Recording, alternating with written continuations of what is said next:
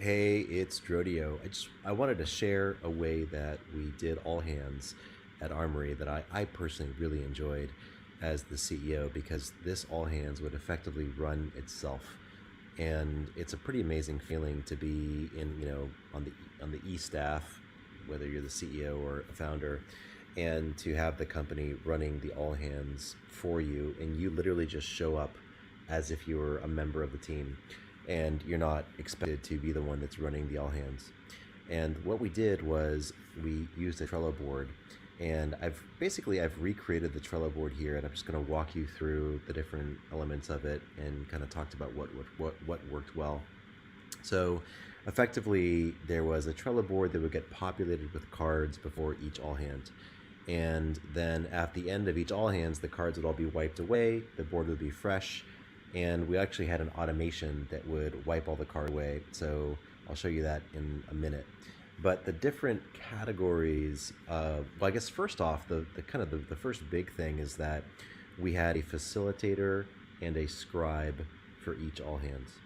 And the facilitator's job was to facilitate the all hands, really great experience for employees to get practice speaking in front of groups in a safe environment.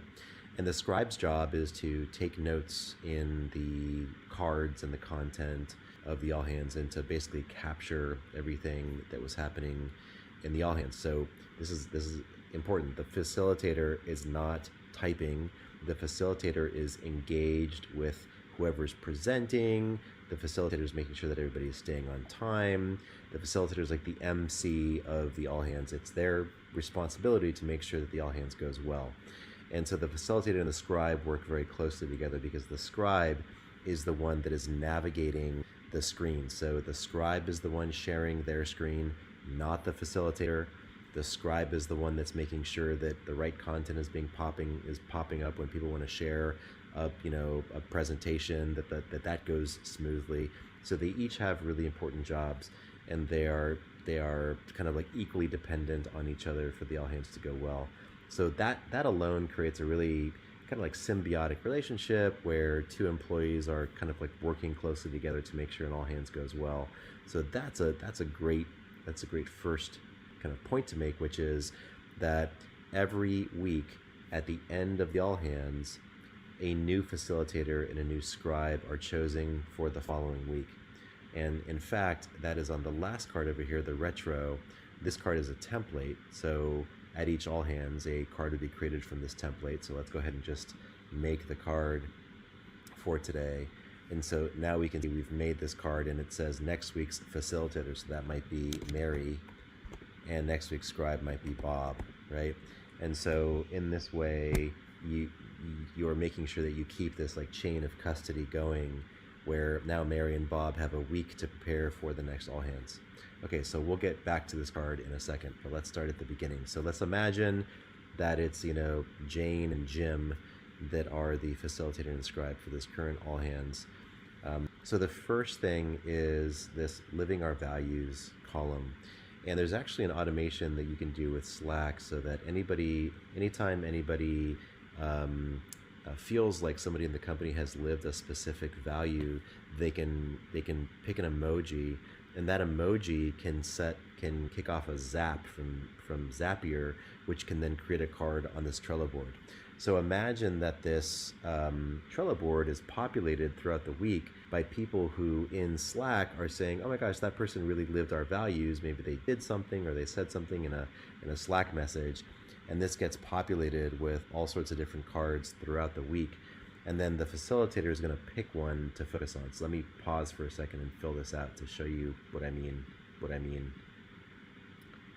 Okay, so imagine here that maybe the company has a value for transparency, and sometime in the past week before the all hands, there was a Slack message where somebody thanked Juan for openly sharing compensation data for this promotion review cycle. So just like imagine that someone wrote that in Slack, and then Jack is the one that put the transparency emoji. So you've got like an emoji for transparency for your value in any time. Like Jack saw that message and he was like, oh my gosh, that was like a really great example of Juan living our value of transparency. So he's the one that applied that emoji to the Slack message. Well, then this card would be created here. And so the facilitator would, I think I said Jane, so the facilitator, Jane, would be able to say, hey, Jack, tell us why you tagged that message with the transparency value. And then Jack would spend a minute saying, oh, I thought it was really awesome how Juan openly shared compensation data for the promotion review cycle. It really shows that we are living our value of transparency, or whatever, right? So this is it's just a really nice, elegant way to get people talking about ways they're observing others in the company living the values of the company. And maybe there's another one for speed or whatever the other values are, and someone tagged that one in Slack. So anyway, that's this first one. The facilitator's job is to keep everybody on track. So really make sure that the facilitator is, like militant about, this is a 3-minute section, 3-minute section, 3-minute section, 3-minute section, 20-minute, 15-minute, and 5-minute section, assuming an hour-long all hands. Okay, the next column here is for good news. Now, the way that I differentiate between good news and wins, good news is always internal, inside the 4 walls of the company. Wins are always external. And this is really important because you cannot build a company on good news. You must have wins in order for the company to become successful. So to me, it's very important to differentiate between good news and wins. Let me just populate a few of those for a second. Okay, so here you can see I've populated some good news, some wins, and some learnings. These are, totally fictional from just pulling from many past all hands. But good news, so this is internal good news. We made offers to 3 engineers, or we reduced our AWS bill by 17%, or we got inbound leads. That's all good news. There isn't anything that's yet happened that's external. So wins would be things like closed Acme Corp, our first 6-figure land, or hired Fran Ramirez, a developer advocate, or published a case study with Hooli. These are all external things. Like, we can't make this up ourselves. We can't fool ourselves with this. This is external. We got new revenue, we got a new employee, we got a new case study.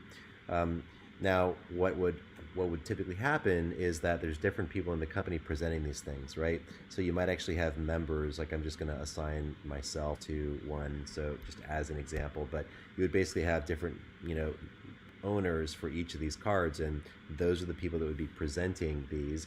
And then it's the facilitator's job. It's like, you got 3 minutes, you got 3 cards, 1 minute each. So it's like, okay, Jordio, you've got 1 minute to tell us about this. So the facilitator is really keeping everybody moving in that way. Learnings, I think, for a learning organization are, it's like the most important part of this section here, because the learnings are where, as an organization, you share vulnerability, and like, we don't have to be perfect. It's not always up and right. I always would say that, like, learnings is just value accruing to an unexpected party. Like, we thought that we were going to be accruing revenue through a win like Acme, but instead we accrued not revenue, but instead a learning to about why we lost this other deal, and we can take that learning and we can use it to be more successful. So at any rate, this is a really important section to populate and to make sure that people are really vulnerable about the things that aren't going perfectly in their teams. All right, the next section is really the meat of the all hands. What we found was it was really helpful to have a rotating schedule for department updates. So, product engineering, sales and marketing, customer success, people in finance, something like that. And then basically, let's imagine that we're in the, first Thursday of the month. So this would be product and engineering. So there would be a card for product update, and then a card for engineering update. Each of those cards would have owners, and maybe, each of these cards just links out to a PowerPoint deck or whatever, a Google slide deck. And again, it's the scribe that is opening this card up, taking notes on, like, the TLDR of what the person is saying who's giving the presentation, linking out to the deck, managing all of that. So this is, the meat of it. And then there's basically a section for announcements. There might be all sorts of different announcements from the company, like there is a meetup coming up. I'll just pause it for a second and add some of these. Okay, so just a few examples, like there's a meetup next Friday, please everybody attend, or open enrollment starts this week. And again, the facilitator is making sure to manage time on these. Also, project updates. Sometimes there's updates that are outside of the regular rotating schedule, but for whatever reason are timely or important to share some sort of an update around. One other thing that I wrote here but didn't mention is the importance of ensuring that the department is sharing top level OKR statuses in updates.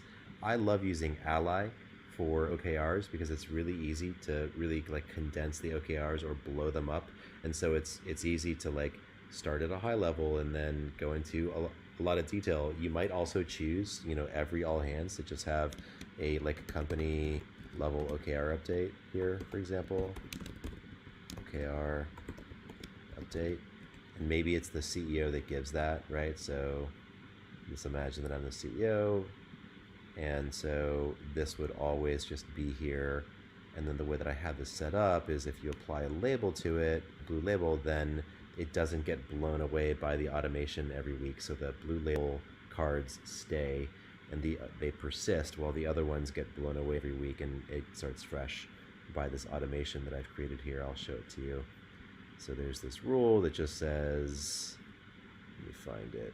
Every Friday, move each card without the blue label to the list of previous cards, right? So very simple automation to just clear the board out.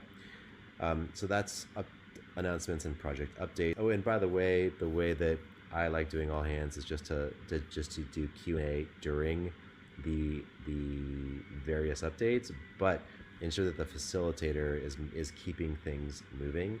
And if there's too many questions, then start just putting the questions in as comments here, and then they can be handled asynchronously after the all hands. So this is a really good place to handle things like, lots of comments. And then a retro. So again, this card is a template here, like I showed earlier. So you can stamp out a template, except we don't want the label on it. So get rid of this blue label, and then just do a retro. And I've just got 3 checklists here, so everybody can just add what they liked, what they learned, or what they longed for in the all hands. So, liked the format or whatever.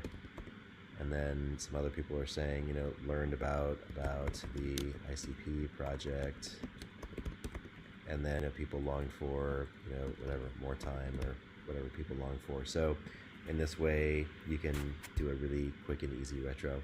So that's worked. I think this is like my favorite of all the different, I've tried so many different approaches to all hands.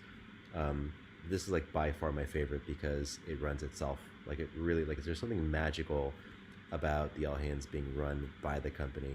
Okay, hope that's helpful. Ciao.